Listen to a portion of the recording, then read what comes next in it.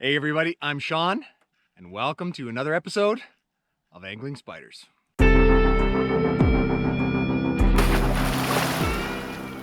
Welcome back everybody. On today's episode, I am continuing with our journey of how we make our videos on Angling Spiders, spending a day in the life of the Angling Spiders and how we ultimately put everything together to come up with a video every week. So this is part 2. If you guys haven't seen part 1, I will put a link up in the corner. You can go back and watch that. If you don't feel like going back and watching it, here's a quick summary. Last time I basically showed people how we get ready to go fishing, packing up the van, driving out to the site, getting the gear in the kayak, and then I actually went out onto the water, caught some fish, talked a little bit about how we film out there, how we pick certain areas on the lake.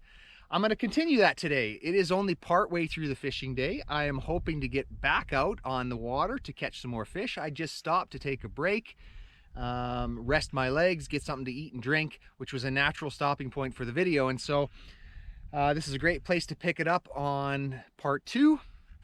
What I'm going to do is get back out on the water for probably a couple more hours, see if we can catch some more fish, and then we're going to head back home where I will talk a little bit about how we get our gear all put away and how I ultimately get the videos put into the computer, edited to make one of these videos for you all to watch. So thanks for joining me once again. I'm going to stop rambling because it seems like I've been doing quite a bit of that in the last 2 episodes. Let's get back on the water and see if we can catch some more fish. All right, everybody. So I just got back out on the water here, and just like last time, I'm gonna timestamp how long it takes for me to catch a fish, if I happen to catch a fish in this episode. It is currently 4:22 in the afternoon. I would say I've got about 2 to 2.5 hours of fishing left. It's not that far off from what I fished in the morning. I think I probably got 3 hours in there. So I'm really hoping that I can do at least half as well as I did in the morning. I think I got 6 or 7 in the morning fishing session. So if I could get 3 or 4, I would call that successful. But we'll see. Time of day is changing here. Later in the day, sun's going down. Now sometimes that helps with pike, but we'll see. So welcome to part 2 of how we make our videos. Similar to last time, I'm gonna start out here by trolling the Green and Glow from Len Thompson, and I'm gonna be trolling in about 3.5 meters of water. Now I'm currently in 8. That's because I'm going over an old channel that I happen to know is right beneath my boat. That will end here pretty quick. It's not a very big channel. And when you come out of that channel, it's about 3.5 meters on the other side. So that's my target zone. I'm hoping this picks up on the GoPro right now. You can see it's dramatically coming up here out of that channel. There's a fish that was holding in there, and we're up to 3.5 meters just like that. So this is my target zone for fishing. I'm going to take one pass here along this bank at 3.5 to 4 meters and see if I can pick up a strike. I'm probably going to go a little further than I was going this morning, just to see if I can pick up any fish further outside of this area, so a little bit further down towards that point down there. And that's just because I've been back and forth this whole bay here about 5 times now, and it's been successful. So I'm going to keep doing it, but I'm just going to expand the range a little bit. All right, we'll see. There's a bite. A very subtle bite. Didn't stick. It's a good sign though. Probably a small one again. There it is. Oh, that's a better fish. I don't know, is it a better fish or just hit really hard? Uh-oh, did I lose it? It's really giving some head shakes here. I think it took me in the weeds. Now, did I lose it or not? I think I might have lost it. I can't really tell. It might be just swimming towards the kayak here. I think I still have it. You guys? I do still have it. I do still have it. Yes, I do. This feels like a bit bigger fish. I don't know. Maybe it's just... Oh, no. It's just swimming sideways. Ah, that's not a bad size one. It's not a bad size one. Oh, that's a good size fish, you guys. Oh, don't get off, don't get off, don't get off, don't get off. That's my biggest pike of the year. That's my biggest pike of the year right there. Woohoo! All right. I will take it. Ah, welcome to part 2.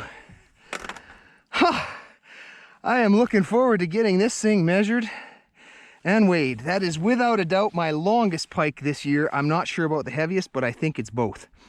So I'm gonna try to get this fish off as it's twisting itself in here, and then we'll get all that done. All right, you guys, I got the hook out of this bad girl. She's a tank. Oh yeah. That is a beautiful pike right there. No question, that is my biggest of the year so far.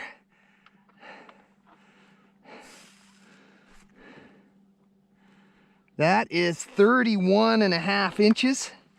31.5 inches. I have got to get that thing weighed. Oh, that feels good. That feels good. Woohoo!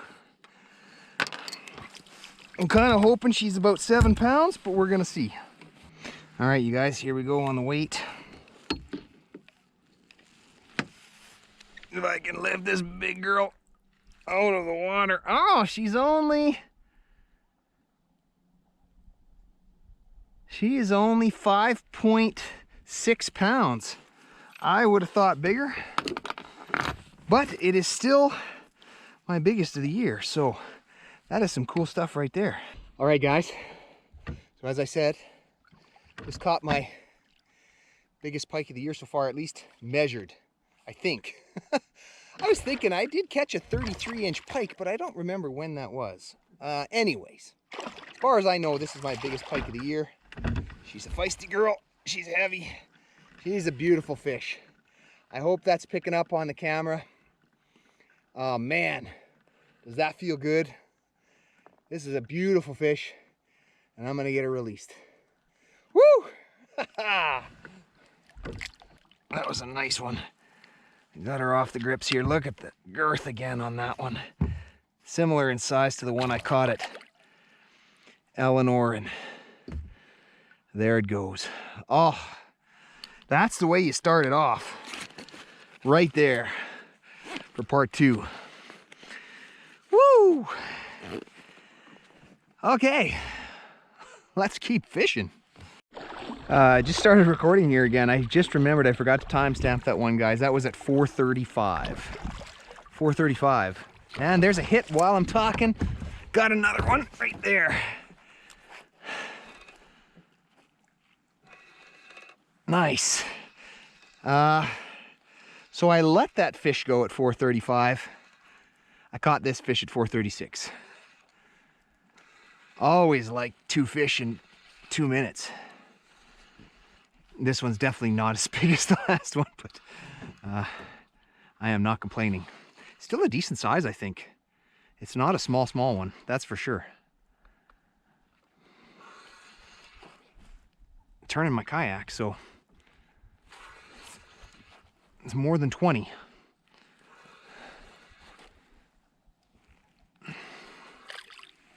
Oh, there's a good run. Oh yeah, this is another good one, you guys. I don't think as big as the last one, but ooh, there's a good run. But it's another good one. Oh yeah, I'm getting some good fish here now. All right, sweet, sweet, sweet, sweet, sweet, sweet. Oh, that one will go close to 30 again. Oh, some beauties right now. Some of these bigger ones coming in to feed, I think, right at the moment. All right, there we go. The one thing about pike, you guys, is they are slimy. And as another YouTuber that we like to watch, Live to Fish, says, they do smell a bit. So the phrase "I've been slimed" seems rather appropriate for the boat. That is a 28-inch pike. 28 inches. Beautiful colors. He's bleeding a little bit, so I'm hoping that stops soon. It's gonna hold her here for a minute, just while we do some recovery and see how she does. A lot of times they'll swim away right away. This one I can almost tell she's gonna struggle a little bit. Oh, she might be getting ready to go. There she goes. And she is gone. All right.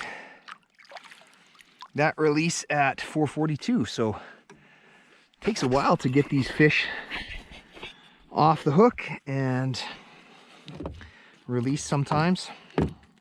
Try to do it as quickly as possible, but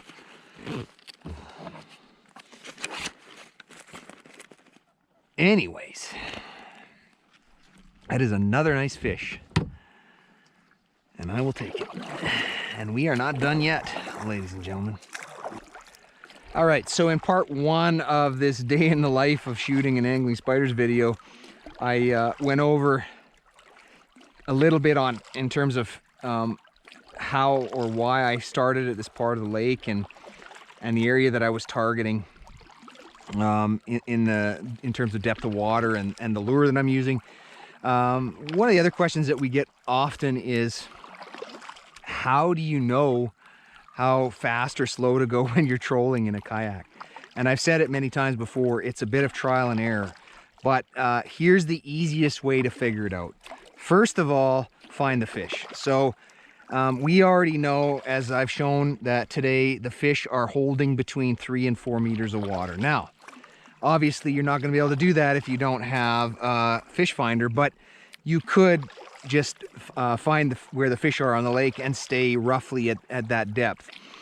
But it obviously helps a lot if you've got some kind of fish finder or depth finder. So that's the first thing we do, is find the target zone. And for us, like I said today, that's 3.5, or somewhere between 3 and 4 meters. The next thing to do is throw out your lure and start trolling. Now, what we do is we start trolling, and we start trolling pretty slow. So if you look right now, I'm barely paddling. Now, what ends up happening is that, of course, is going to drop your lure deeper in the water column. As soon as you start snagging weeds, you're going too slow. And so I know that if I go any slower than this right here, I'm going to start catching up on the weeds. So you want to go just a little bit faster than that, and that's going to get your lure probably around a foot off of the top of those weeds. And so that's why I'm going to stay at this pace the entire time I'm in this depth of water. If I was to go too fast, obviously that lure is going to come up in the water column. It's going to be sitting near the surface, and I don't want that, because I want to entice the pike out of those weed beds. As soon as I start getting into shallower water, because every once in a while, obviously you've got variation in the depth of the lake. And so right now I'm down to 2.8 meters. I got to start speeding up a little bit, because I don't want my lure to start hitting the bottom and getting into those weeds. So you got to also watch the depth you're in. Now I'm in 2.4 meters, so I'm going to have to speed up even more so I don't snag up on the weeds. And then once I get past this little shallow spot here that's in 2 meters of water, I can go back to slowing down again. So that's the trial and error part. But once you figure out what speed you're supposed to be at, then it's super easy. You just have a cadence and a rhythm, and you stay at that cadence, and it'll keep you at the depth that you want. That's really all it is to trolling in a kayak. Obviously, as soon as you switch out your lure, you got to recalibrate the speed you're supposed to go based on the weight of the new lure that you're using. So but after a while, after you do it as long as we have for a couple of years, you get to know the speed you should be at for a number 4 hook. You get to know the speed you should be at for a number 2 hook. You get the speed, you know the speed you should be at for jigs, swim baits, etc. So yeah, it's just time on the water and experience. So hopefully that helps some of you out there if you're trying to learn how to troll in a kayak. And wish you guys all the success. All right, we did it. Picked up fish number 10 for the day. Long way out there this one hit.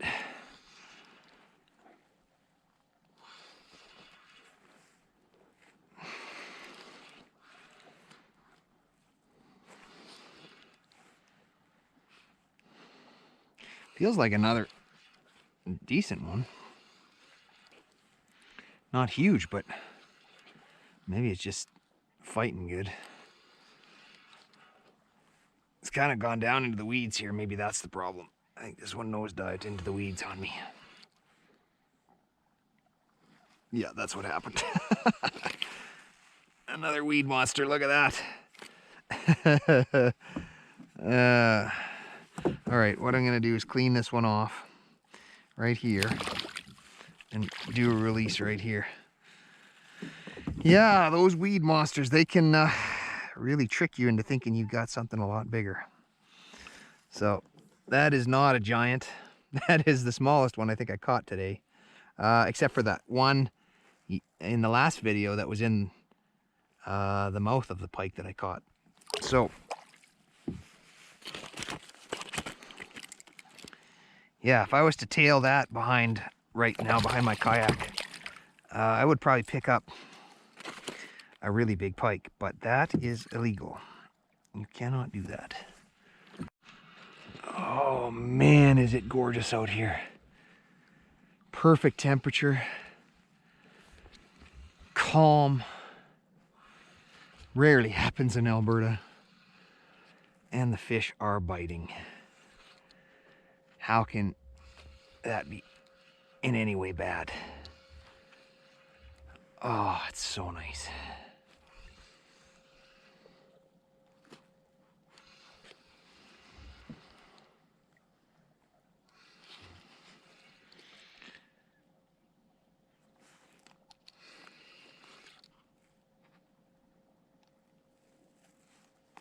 This is another decent sized fish, you guys. Man, I'm getting some nice fish today. Ooh, look at that. There's a run. There's a run.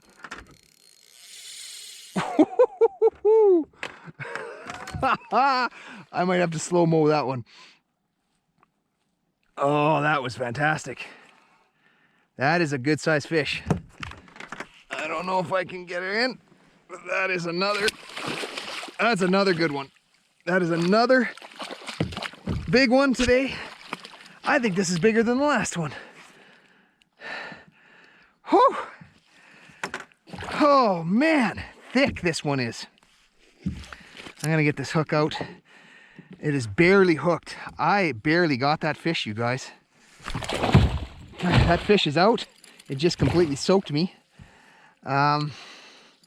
Holy man. I am having an awesome day out here. Oh my goodness. Oh ho ho ho! She is a tank. I am gonna do the measurement right here. She is 32 inches. The other one was 31.5, so she is bigger. She's a good one.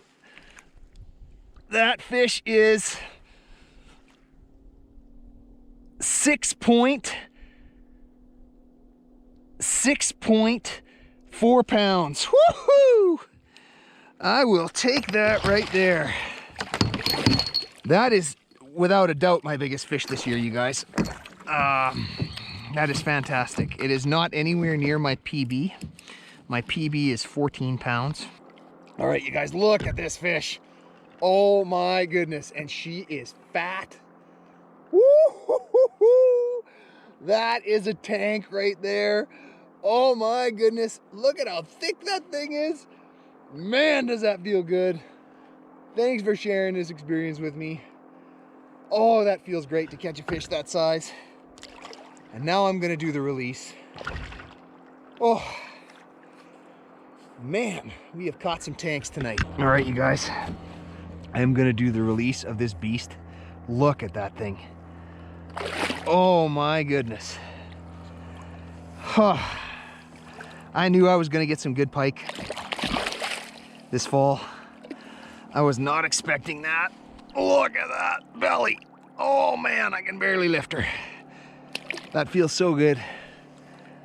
All right, let's do the release. I wish I could do an underwater release on you, big girl, but I can't. But let's let you get going back to swim another day. And there she goes. Gone. Oh man, is that awesome. Whew. All right, I'm gonna get my hook out of the net and I'm gonna keep fishing.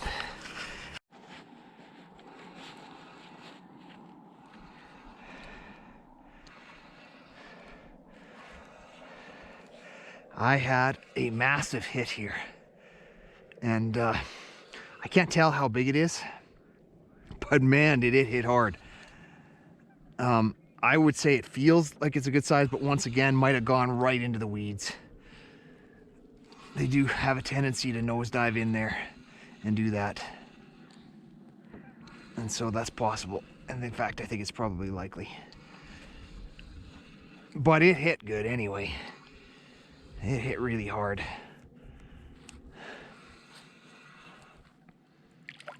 Oh, it was a small one. Just got off, and there's the weeds it took me into.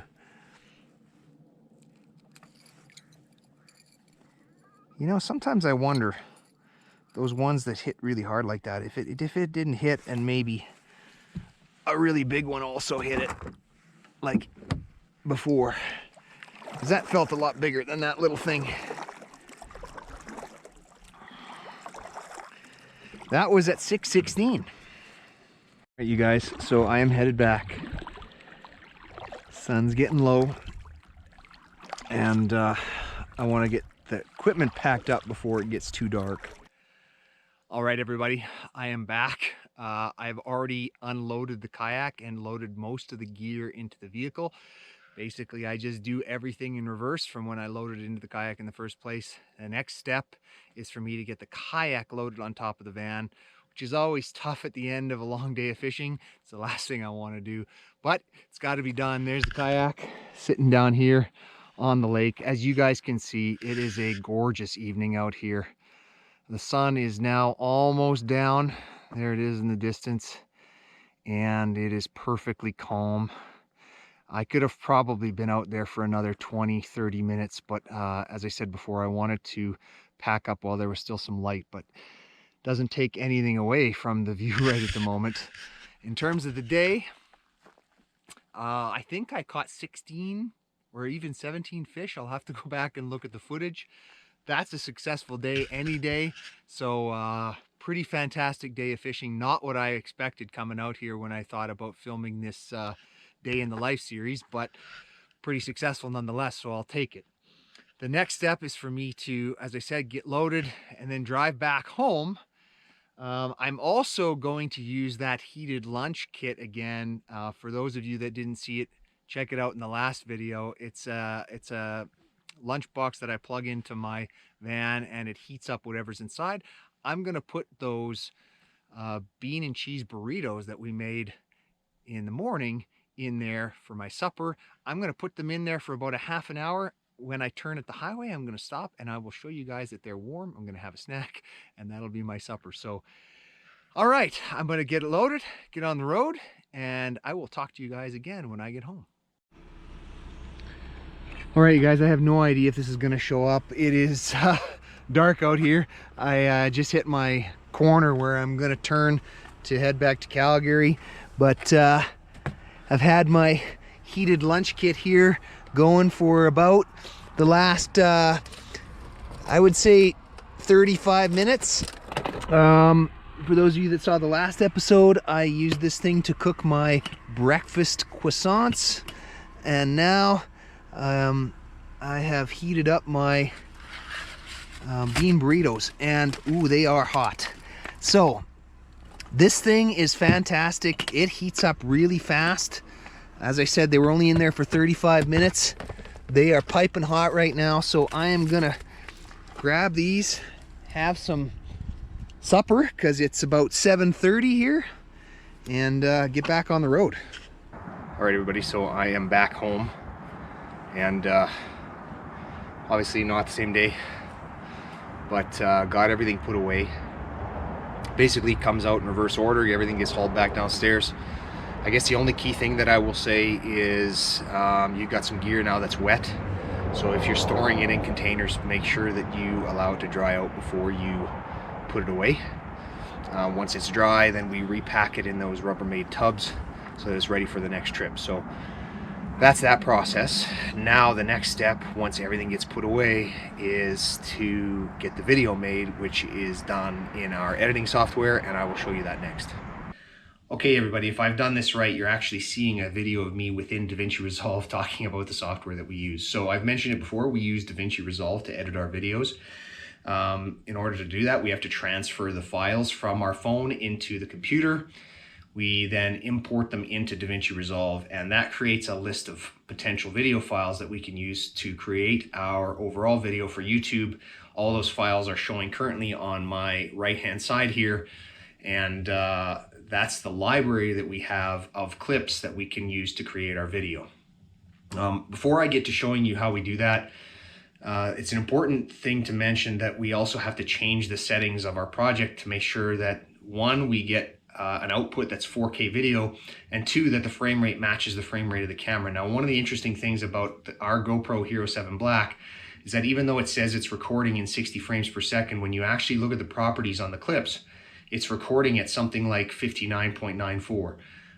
That setting is actually in DaVinci Resolve, and I'll show you right now. If you go into the project settings, when that drop down comes down, you can see that, one, we've changed it to 4K video settings, but we also set the default frame rate to the same thing to match the camera. So that just ensures that it's going to match whatever the clips are that are coming in to when we create the video.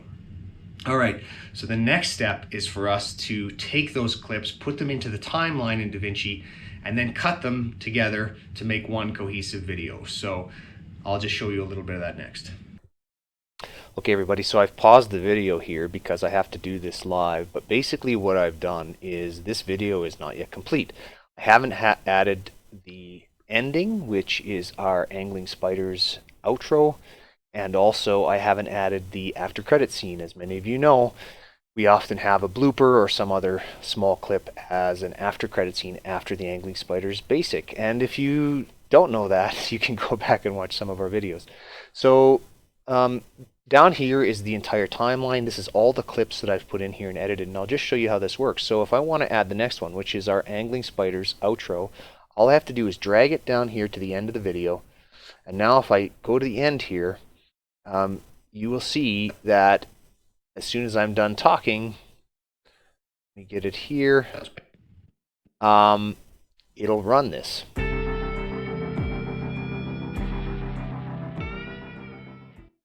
Now that's a pre-generated video, we've made that before, and so I don't have to edit that, but I want to put in an outro, and I happen to know that I made a mistake while I was filming this one clip up here. While I was filming, I made a mistake in trying to do my outro from the previous part 1 video, and or maybe it was the intro, but either way I made a mistake, and so I'm going to include this as part of the outro. So I need to find the spot first and foremost where I made the mistake. So let's see, I think it's the first intro I tried to do, but let's just see. Hey everybody, I'm Sean. 3, 2, God, I actually forgot what I was going to say right there. Oh my goodness. All right, let's round it out. 3.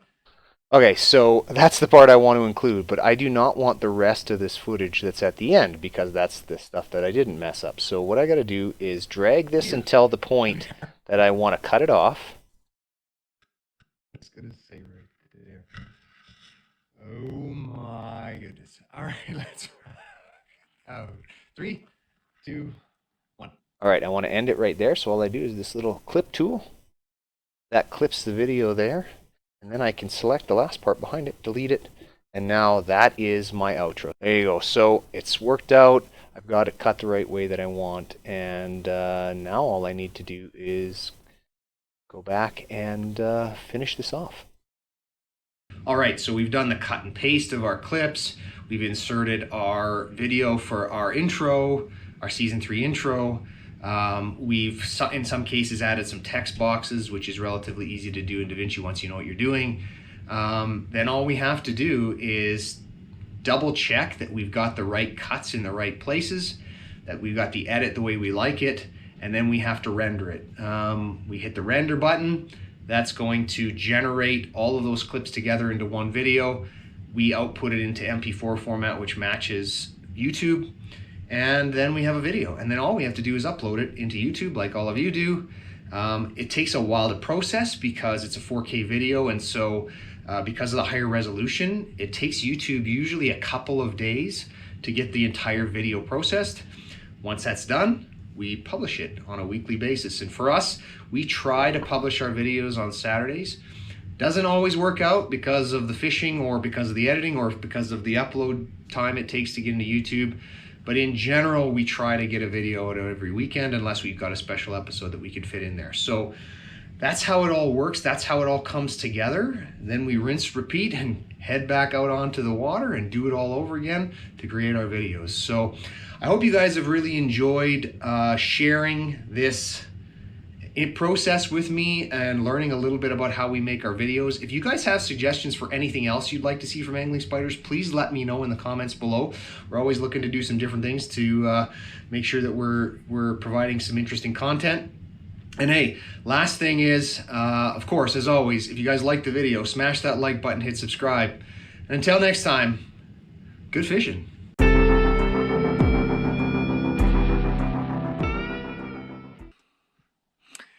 Hey everybody, I'm Sean. 3, 2, God, I actually forgot what I was gonna say right there. Oh my goodness. All right, let's rock it out. 3, 2, 1.